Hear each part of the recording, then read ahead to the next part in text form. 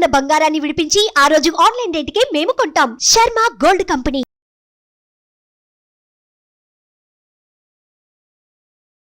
నమస్తే, welcome to Suman TV. నేను మీ యామ్ని. ప్రస్తుతం మనతో ఉన్నారు ప్రముఖ ఆధ్యాత్మికవేత్త, ప్రముఖ జ్యోతిష వాస్తు పండితులు సుభాష్ శర్మ గారు ఉన్నారు. గురుగారితో మాట్లాడి మనకున్న సందేహాలను అడిగి తెలుసుకుందాం. నమస్కారం గురుగారు. శ్రీమాత్రే నమః. గురుగారు, ఇప్పుడు పుబ్బా నక్షత్రంలో జన్మించిన వాళ్ళ స్వభావం అనేది ఏ విధంగా ఉంటుంది, అదే విధంగా వీళ్ళు మానసికంగా ఏ విధంగా ఉంటారండి? తప్పకుండా తెలియజేస్తారమ్మా. ముందుగా ప్రేక్షకులందరికీ శ్రీమాత్రే నమః, శ్రీ గురుభ్యో నమః. నమో దేవ్యై మహాదేవ్యై శివాయై సతతం నమః. నమ ప్రకృత్యై భద్రాయై నిహతాం ప్రణతాస్మిత. పుబ్బా నక్షత్రము ఇది చాలా ఉత్కృష్టమైనటువంటి నక్షత్రంగా చెప్పుకోవచ్చు.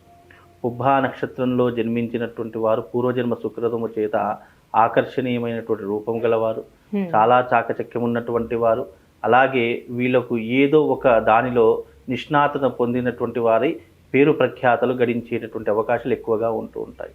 అలాగే వీళ్ళు ఏదో ఒక కళయందు ఏదో ఒక దానిలో పట్టు సాధించాలి, దానిలో మనము ఒక ఉన్నతమైనటువంటి శిఖరాన్ని అధిరోహించాలి అనేటటువంటి ఆకర్షణ కలిగినటువంటి వారుగాను, అలాగే వీళ్ళకు ఎక్కువగా స్వేచ్ఛగా బ్రతకాలి అనేటటువంటి ఆలోచనలు ఎక్కువగా ఉంటాయి.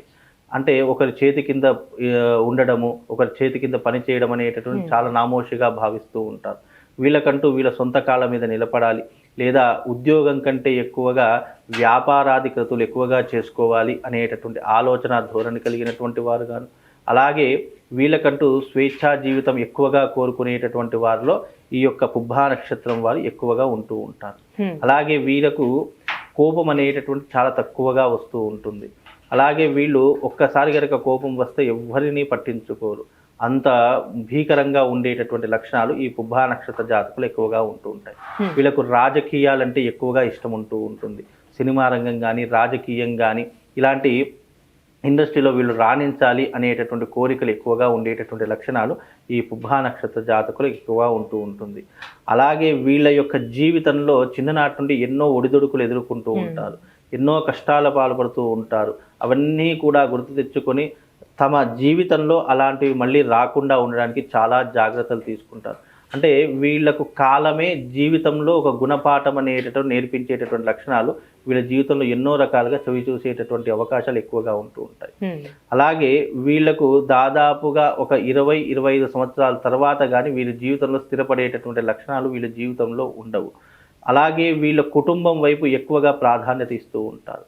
అలాగే వీళ్ళకు కుటుంబంలో ఉండేటటువంటి ఎన్నో రకాలైనటువంటి సమస్యలు ఏవైతున్నాయో అవన్నీ కూడా వీళ్ళ భుజాన వేసుకొని కుటుంబంపై ఎక్కువగా భారం పడకూడదని ఆలోచించేటటువంటి విషయాలు చాలా ముందు జాగ్రత్తగా ఉంటారు. అంటే మానసికంగా కూడా వీళ్ళు ఏ విధంగా ఉండొచ్చు? మానసికంగా కూడా వీళ్ళకు ఆలోచనలు విపరీతంగా ఉంటాయండి.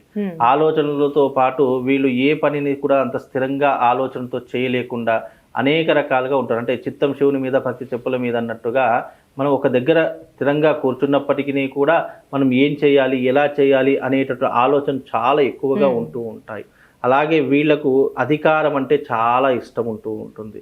అంటే అధికారం మీన్స్ మనం ఒక ఉన్నతమైన స్థితిలో ఉండి మన చేతి కింద ఒక 10 మంది వర్కర్లు ఉండాలి అనేటటువంటి ఆలోచన స్వభావం కలిగినటువంటి వారిగా కూడా చెప్పుకోవచ్చు.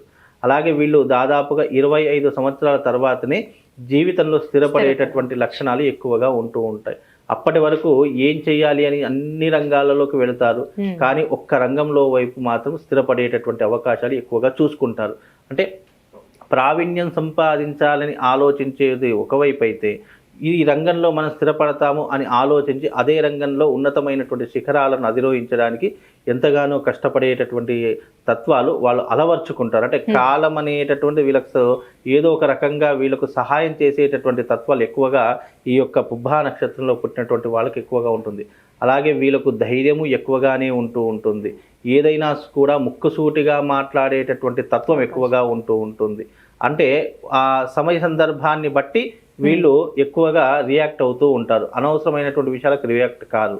అలాగే వీళ్ళు ఎక్కువగా ఏ విషయమైతే తీసుకుంటారో ఆ విషయం వైపు పట్టు సాధించేటటువంటి లక్షణాలు వీళ్ళకి ఎక్కువగా ఉంటాయి.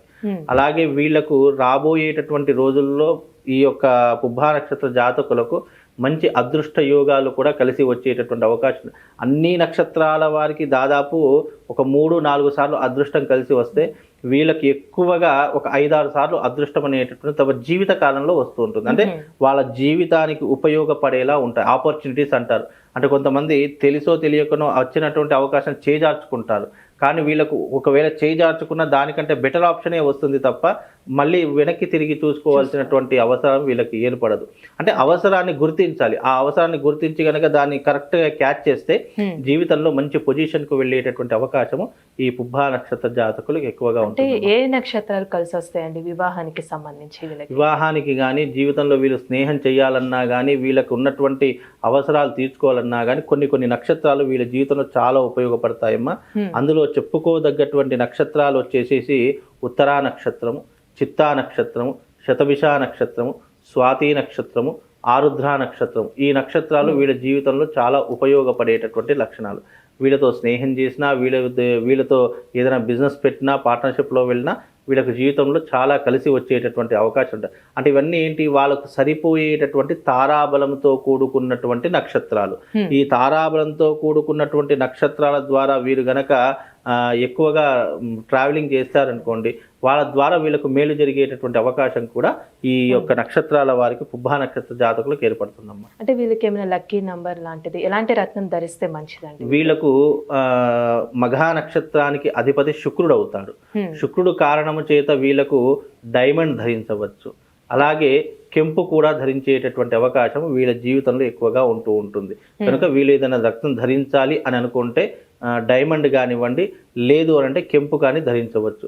అదృష్ట సంఖ్య వచ్చేసి 1 నంబరు, 7వ నంబరు వీళ్ళకు అదృష్ట సంఖ్యగా ఈ యొక్క జ్యోతిష శాస్త్ర ప్రకారం చెప్పవచ్చమ్మా. అంటే దైవం కూడా ఏ దైవాన్ని పూజిస్తే మంచిది? వీళ్ళు ఆరాధించాలి అంటే వీళ్ళకు నక్షత్రాధిపతి శుక్రుడు అవుతున్నాడు కాబట్టి అమ్మవారిని ఆరాధించడం వల్ల, ఏ అమ్మవారైనా సరే అమ్మవారి యొక్క ఉపాసన చేసుకోవడం ద్వారా వీళ్ళకు అదృష్ట యోగం అనేటటువంటిది కలిసి వస్తుంది. కలిసి వచ్చే వారం కూడా ఏమైనా ఉందా అండి వీళ్ళకి? వీళ్ళకు కలిసి వచ్చేటటువంటి వారం వచ్చేసేసి వీళ్ళకు ఆదివారం చాలా కలిసి వచ్చేటటువంటి వారము.